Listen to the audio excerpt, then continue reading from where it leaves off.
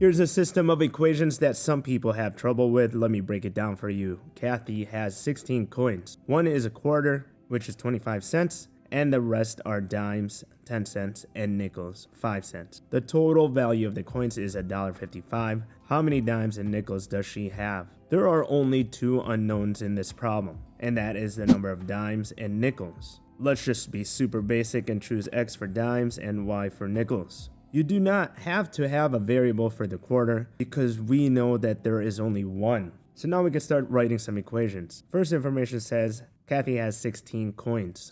So let's write an equation to relate to the number of coins. That is one coin to represent that quarter, and the rest are nickels and dimes. We don't know how many there are, so we're going to leave that as X plus Y. Set that bad boy equal to 16. Second equation is going to be talking about money. And once again, you do not need a variable for the number of quarters, because we know that the quarter is worth 25 cents. To write the expression for the value of all the dimes that she has, we can write that as 0.10x. Similarly, we can write the same thing for the value of all her nickels, which is going to be 0.05y equals $1.55 in total. So now we can solve for x and y, but let's make some things easier for ourselves. Put these both in standard form by subtracting a 1 and moving that 0.25 to the other side. It's going to cancel that and turn this 16 into 15 and that $1.55 into $1.30. So let's rewrite these equations so it's not so messy.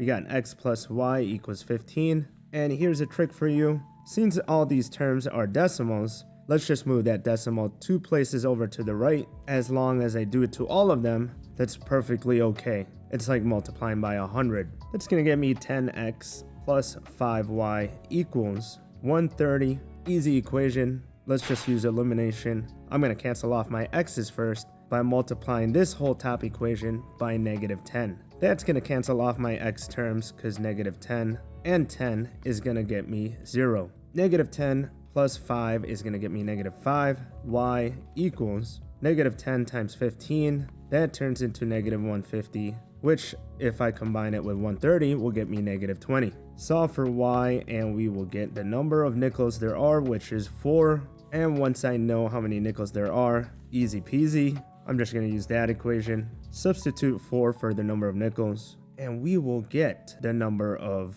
dimes there are, which is 11 dimes. Super common system of equations questions, and I hope this was a good review. If it was, like and subscribe, and I'll see you on the next episode. Peace.